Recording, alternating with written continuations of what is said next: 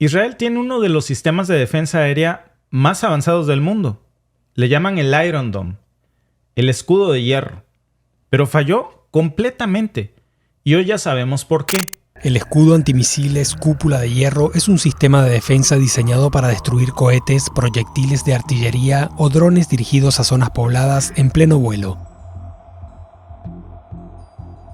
Puede funcionar bajo cualquier condición meteorológica y es capaz de interceptar misiles a una distancia de entre 4 y 70 kilómetros.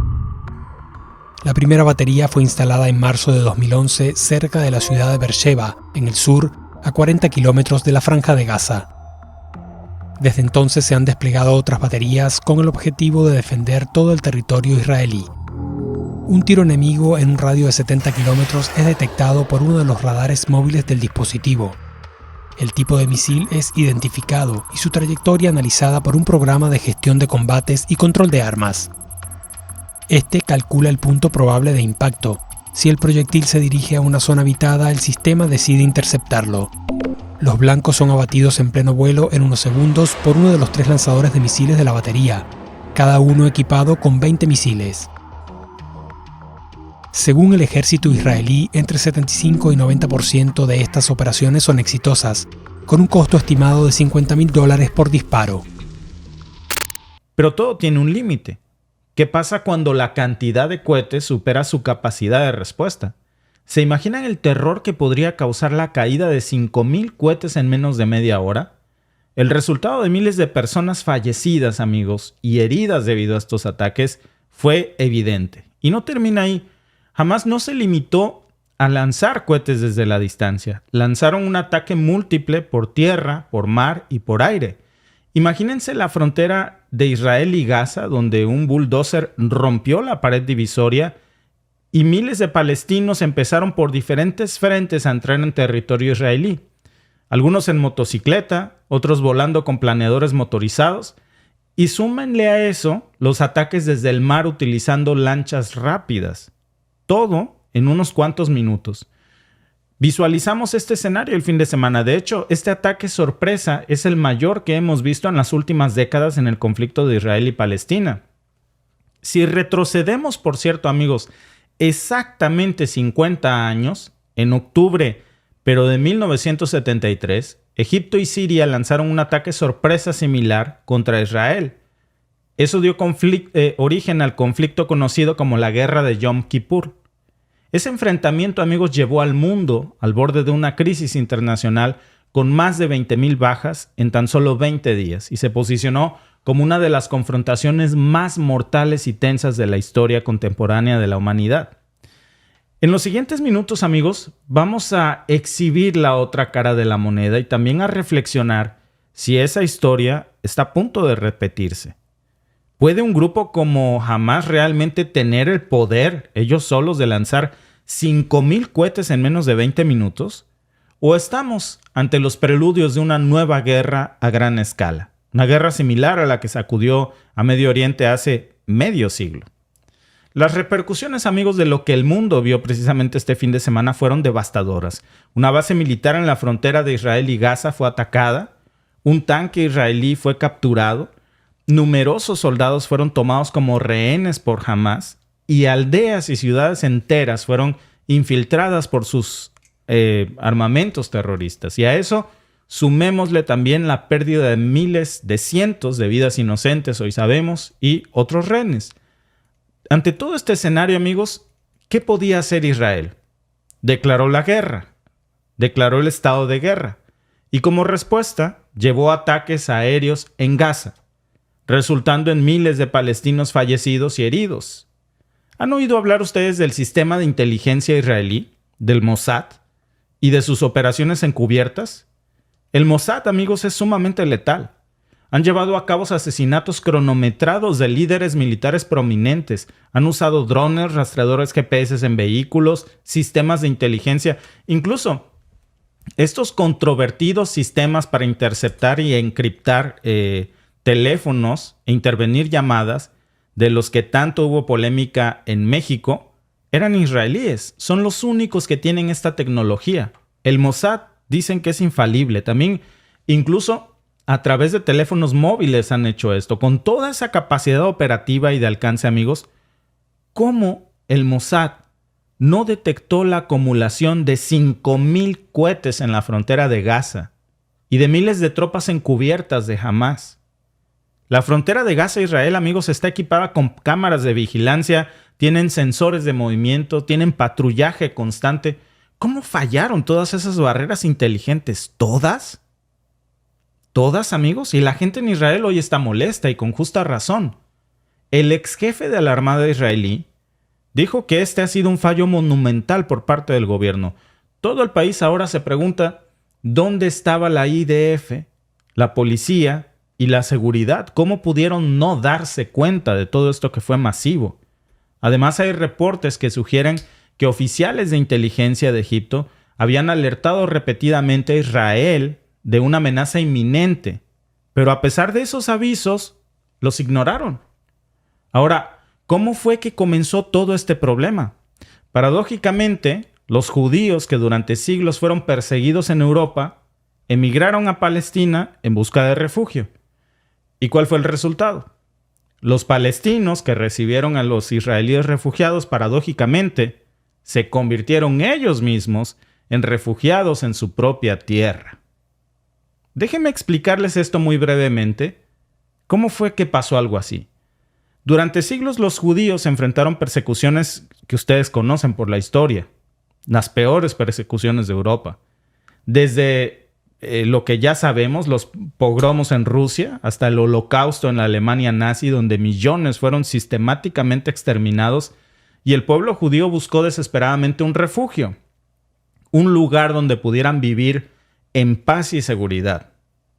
Esa búsqueda de paz, de un lugar donde pudieran ellos refugiarse, los llevó a Palestina, un lugar que consideraban su tierra ancestral, Palestina.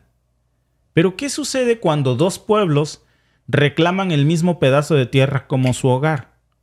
Resulta que a finales del siglo XIX y a principios del siglo XX comenzó una inmigración masiva de judíos hacia Palestina, que en ese momento estaban bajo el control del Imperio Otomano y posteriormente bajo el mando británico. La Declaración de Balfour de 1917, por ejemplo, apoyó la creación de un hogar nacional para el pueblo judío, un hogar.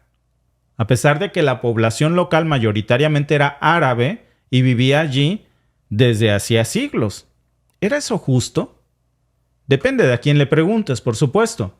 Esto generó muchas tensiones. Mientras la población judía crecía y las aspiraciones sionistas buscaban establecer un estado judío en la región, los palestinos vieron cómo sus tierras eran compradas y en ocasiones expropiadas. ¿Cómo se sentirían ustedes si de la noche a la mañana fueron desplazados de sus hogares y de sus tierras ancestrales? Entonces, en 1947, la ONU adoptó el Plan de Partición, que proponía dividir Palestina en un estado judío y en otro árabe.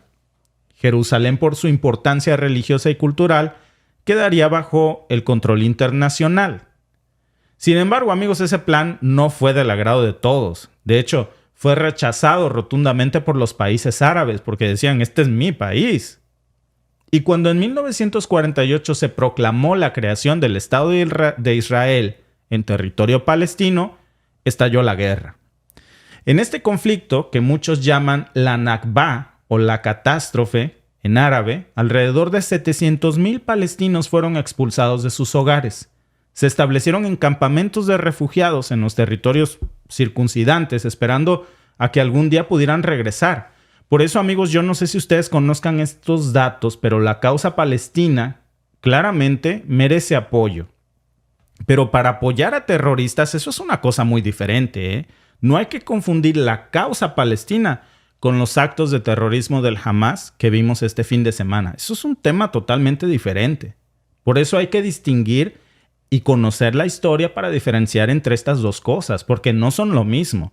Hablar de Palestina no es hablar del Hamás, ni de exclusivamente terroristas, así como hablar de Israel no es referirse únicamente a una fuerza dominante. Así que es exactamente lo que la causa palestina, amigos, quiere referirse. ¿Qué es esto que vimos el fin de semana? Que son cosas muy diferentes. Para empezar, Cuando hablamos de la causa palestina, nos referimos a la lucha del pueblo palestino por el reconocimiento de sus derechos nacionales, la autodeterminación y el regreso de aquellos que fueron desplazados de sus hogares, de sus tierras, de toda la vida. Imagínense por un momento que nos despojan de nuestra casa, de nuestra historia, de nuestra identidad. Esa es la realidad que han enfrentado generaciones de palestinos desde la creación del Estado de Israel en 1948. ¿Sabían ustedes este dato? Que la Agencia de Naciones Unidas para la Población Refugiada de Palestina, en Oriente Próximo, según ellos, hay casi 6 millones de refugiados palestinos exiliados por este conflicto, y muchos de esos viven en campamentos en Jordania, en Líbano, en Siria y una cifra alarmante, especialmente si consideramos que muchos de ellos, por cierto, aún conservan las llaves originales de sus casas, esperando el día en que según ellos puedan regresar a sus casas, que les fueron quitadas. Pongamos eso en contexto a través de un ejemplo desgarrador. En 1948, la aldea palestina de Deir Yassin fue objeto de una masacre por parte de grupos sionistas armados de Israel, que asesinaron a más de 100 residentes, incluyendo mujeres y niños. Los sobrevivientes, traumatizados y temerosos, huyeron de sus hogares y forman parte de estas cifras de millones de refugiados palestinos.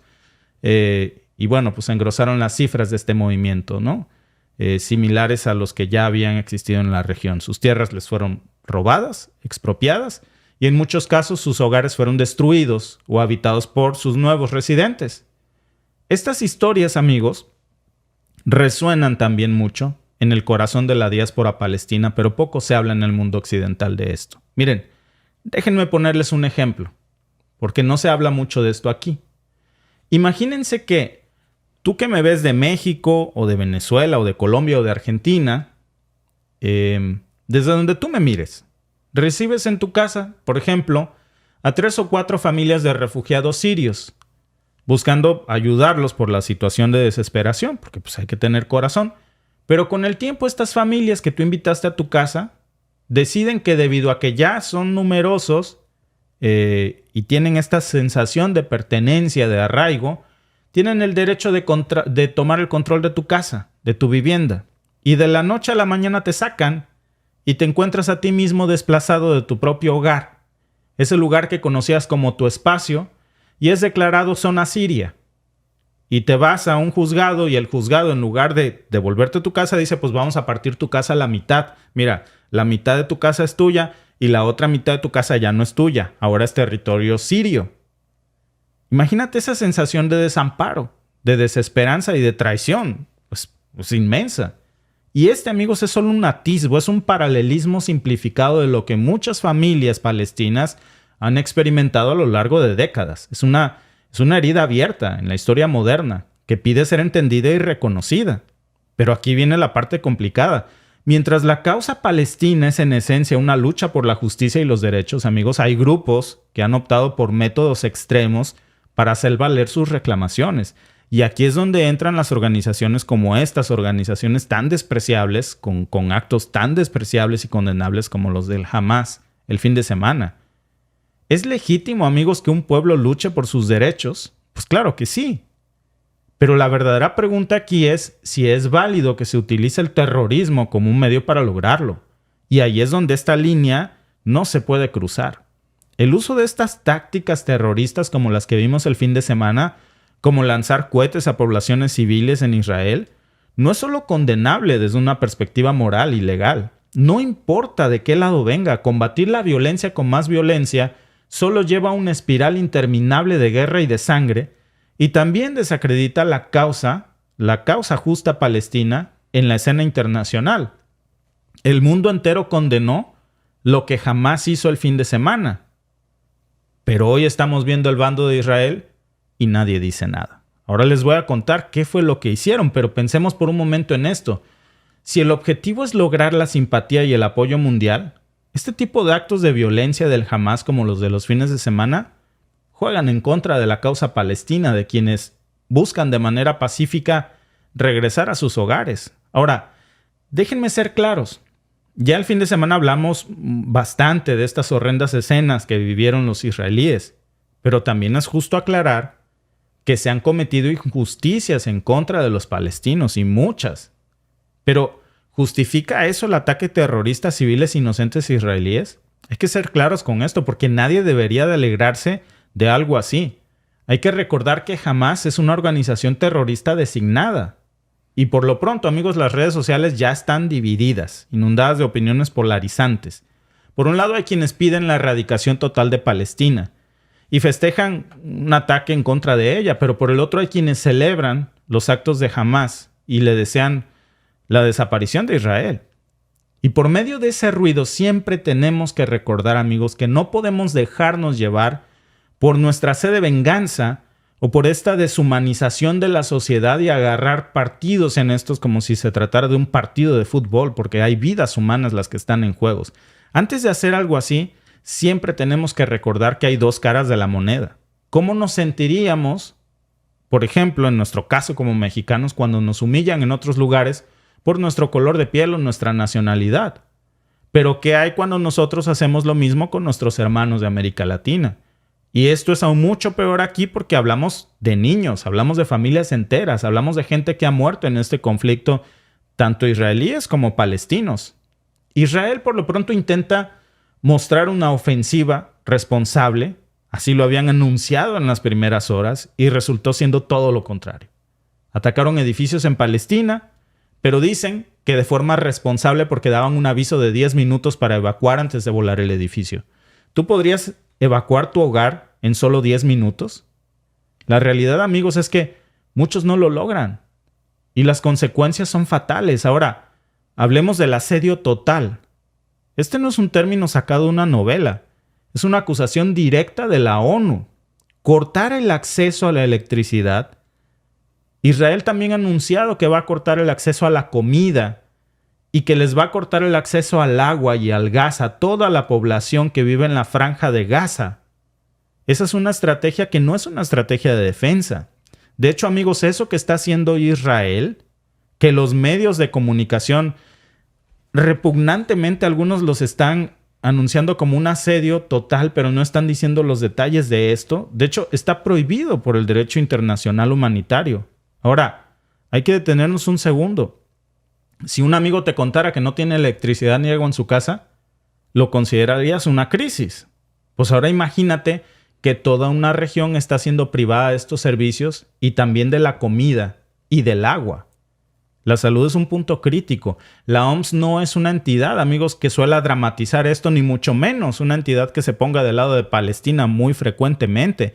Pero en esta ocasión incluso han pedido, casi han suplicado, la apertura de un corredor humanitario porque Israel los está masacrando. Y en esto hay gente inocente. Si la salud global está en juego por una pandemia, amigos, ¿cómo calificaríamos la salud en una zona de conflicto sin acceso a insumos médicos? Parece esto como que le ha dado el pretexto perfecto al primer ministro israelí para hacer algo tan repugnante en aras de la venganza, y eso no los vuelve mejor. Europa, con su equilibrio entre la política y diplomacia, incluso también han levantado hoy la voz y han dicho que el derecho de Israel al defenderse existe, pero que también hay un pero en esta enorme ecuación y que deben hacerlo respetando el derecho internacional. Miren, una pregunta para pensar un momentito. ¿Protegerías a tu familia a costa de lastimar a otra? Israel aseguró el martes que unos 1.500 milicianos de Hamás murieron en su territorio. Cientos de hombres armados del movimiento islamista palestino franquearon el sábado la frontera y se infiltraron en localidades del sur, donde mataron a personas en sus casas y secuestraron a otras que se llevaron a la franja de Gaza. Desde entonces el ejército israelí bombardea masivamente el enclave palestino gobernado por Hamás y que hace 16 años está bajo un bloqueo del Estado hebreo, con el que controla los bienes y las personas que cruzan la frontera. Israel impuso el lunes un asedio total en este territorio, según su ministro de Defensa, para que no llegue ni electricidad, ni comida, ni agua, ni gas. La ONU advirtió que este tipo de medidas van contra el derecho internacional humanitario. La imposición de asedios que ponen en peligro la vida de civiles al privarlos de bienes esenciales para su supervivencia está prohibida por el derecho internacional humanitario. Toda restricción de la circulación de personas y bienes para aplicar un asedio debe estar justificada por una necesidad militar o puede equivaler a un castigo colectivo. La Oficina de Coordinación de Asuntos Humanitarios de Naciones Unidas indicó que más de 187.000 personas del enclave palestino se han visto obligadas a desplazarse. Por su parte, la Organización Mundial de la Salud pidió el martes la apertura de un corredor humanitario para enviar material médico esencial a la población. Mientras tanto, el brazo armado de Hamás amenazó el lunes con ejecutar a los rehenes secuestrados en Israel cada vez que haya un ataque sin previo aviso contra su pueblo. En Irán, el guía supremo, el ayatolá Ali Jamenei, negó una vez más que su país estuviera involucrado en la operación del grupo islamista, al tiempo que reafirmó su apoyo a la causa palestina. Besamos la frente y los brazos de los valientes jóvenes palestinos y los diseñadores de las operaciones. Estamos orgullosos de ellos.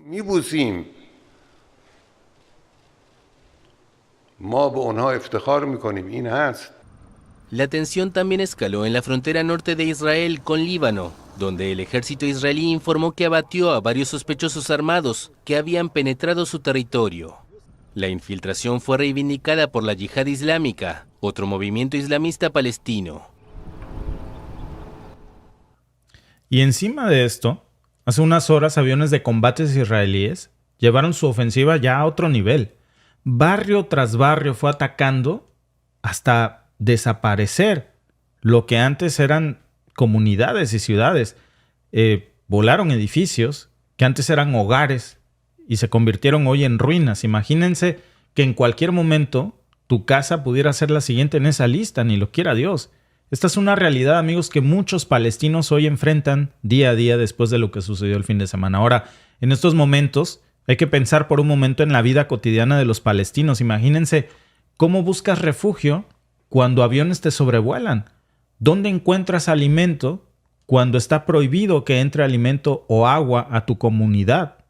No hay otra salida más que la inanición. Las fronteras están cerradas y se detiene la entrada de suministros humanitarios. Y hablando de suministros, si eres uno de los afortunados que logra encontrar refugio en un hospital, ¿qué haces cuando se acaban las medicinas y el material médico? Amigos, la situación ha llevado a que incluso las organizaciones humanitarias alrededor del mundo ya alcen su voz de indignación por lo que hoy está haciendo también Israel. Se está pidiendo la creación de corredores humanitarios para llevar la tan necesitada ayuda a Gaza, pero las dificultades no cesan. Israel ha puesto como un alto a la entrada de alimentos, a la entrada de agua, medicinas a la región de Gaza, niños, amigos, que están heridos, familias que no tienen ni comida ni agua para beber. ¿Cuánto tiempo creen que van a durar así? Y el único acceso que les queda era desde Egipto. Y ni ese cruce fronterizo fue la excepción. También fue blanco de bombardeos. Ahora, algunos podrían argumentar que Israel tiene razones para actuar como lo está haciendo, pero ¿a qué costo? Incluso violando el derecho internacional. Eso no los convierte mejores de lo que hicieron Hamás este fin de semana. ¿Es válido sacrificar a tantos civiles, niños y mujeres en nombre de una represalia?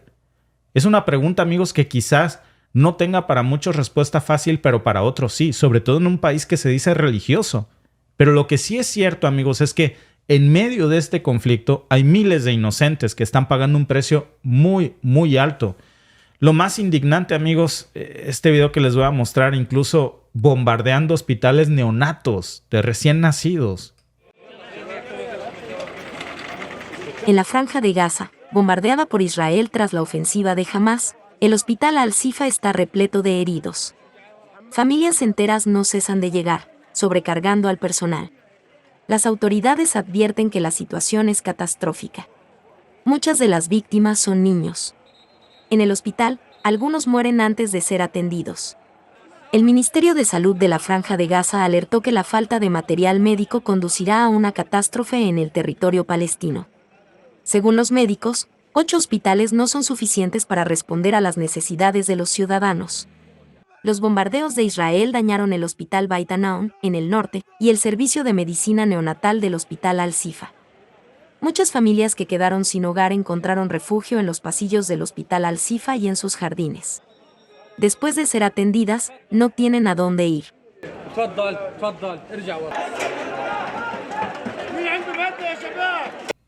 Es realmente terrible. La Franja de Gaza, que es un pequeño territorio que ahora se encuentra bajo una represalia intensa. Hay mucha gente ahí que ni siquiera pertenece a Hamás, que ni siquiera, que son niños. ¿Qué vela pueden tener en este entierro? Y ahora se han convertido en el escenario de una tragedia sin fin. Con cada edificio que se cae, con cada vida que se pierde, amigos, nos queda claro que la paz es un lujo que parece ya muy lejano en esta región. Y en medio de este tablero geopolítico y militar, Irán, como vieron, también juega sus cartas. El ayatolá Ali Jamenei muestra su apoyo a Palestina, pero como en todo juego de ajedrez, niega su mano en las acciones del Hamás. ¿Verdad, mentira o estrategia? No lo sabemos, pero en resumen, amigos, mientras estamos viendo cómo hoy los medios de comunicación ocultan esta cara de la moneda, que no deberían de hacerlo, porque eso no los vuelve mejores a ellos ni a nosotros si solo mostramos una parte del conflicto y no la otra. Porque entonces estamos jugando con la verdad histórica solamente para usarla como un arma de destrucción a favor de los intereses de un bando. Y amigos, es el capítulo de una nueva escalada de guerra que no va a acabar pronto. Lamentablemente, vamos a tener que acostumbrarnos a seguir escuchando y a seguir hablando de esto por muchos años, porque este conflicto va para largo. Una aclaración o un dato ahí cultural. El pueblo de Israel e Israel el país son dos cosas completamente distintas. Creo que aquí hay una confusión que se aclara muy fácilmente leyendo un poquito de teología. Sí. Porque no confundamos el país de Israel con el pueblo de Israel al que se refiere la Biblia. Son dos cosas completamente distintas. Y eso provoca mucho fanatismo. Fíjate. Exacto. Y es desinformación. Eso es solo una confusión. Ahora sí que una confusión en la Matrix. Ni siquiera los judíos ortodoxos aceptan esto. No. Ni muchos judíos. A los judíos que dicen eso se les llama sionistas. Porque confunden este término. Y son muy pocos. La gran mayoría cree en el pueblo de Israel no como un país, sino como un conjunto de personas que ustedes saben ya desde un punto de vista religioso. Muchas gracias a nuestro amigo Gulmaro Ochoa Montauro por tu superchat, amigo. Y dice, ver los medios latinos, la mera Israel, qué náusea.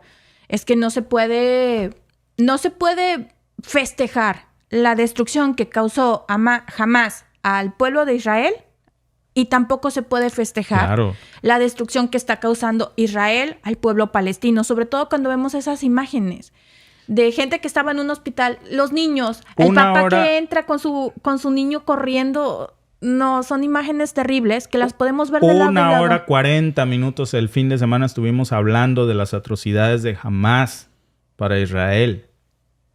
Y ahora dice por aquí Águila Especial, ustedes están promulgando el odio.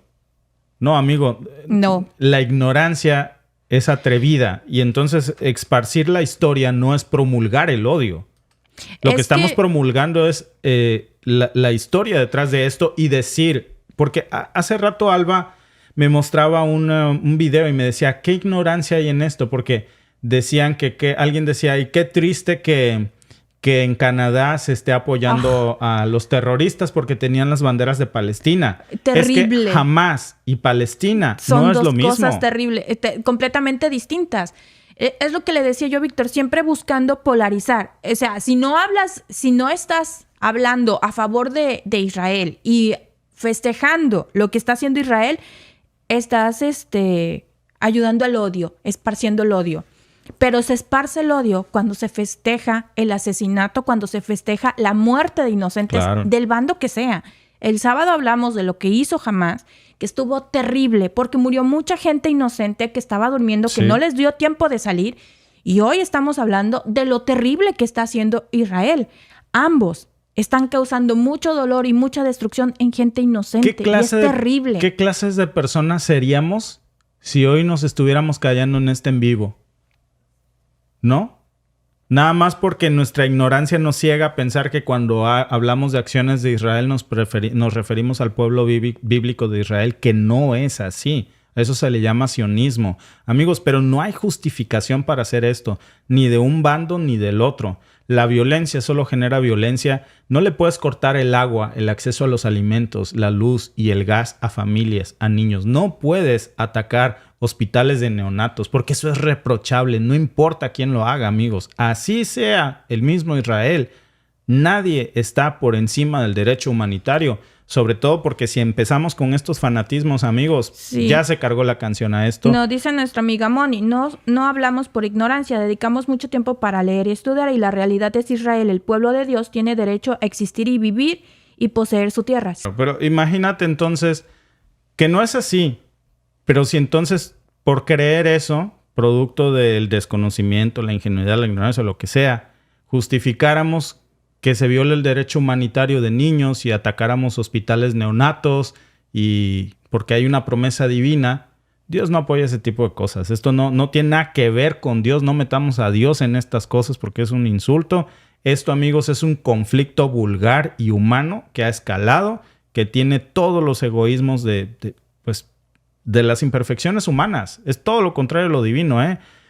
Hay muchas, incluso aquí tenía yo algunos datos, ¿no? Para compartir por qué es distinto el origen de Israel como nación moderna que como el pueblo de Judá, como el pueblo de Dios. Son totalmente cosas diferentes, pero bueno, yo creo que eso cualquiera lo puede ahí investigar. Amigos, no se trata de esto, en vivo, se trata de exponer esto que también es reprochable, esto que el mundo tiene que decir, que todos somos seres humanos, que así como hablamos el fin de semana acerca de las atrocidades que Hamás hizo y que no pueden cruzar esa línea, tampoco el primer ministro de Israel puede hacer esto. La ONU ya exhortó en aras del derecho humanitario que por favor abran caminos de ayuda con alimentos, con agua, sobre todo a los hospitales.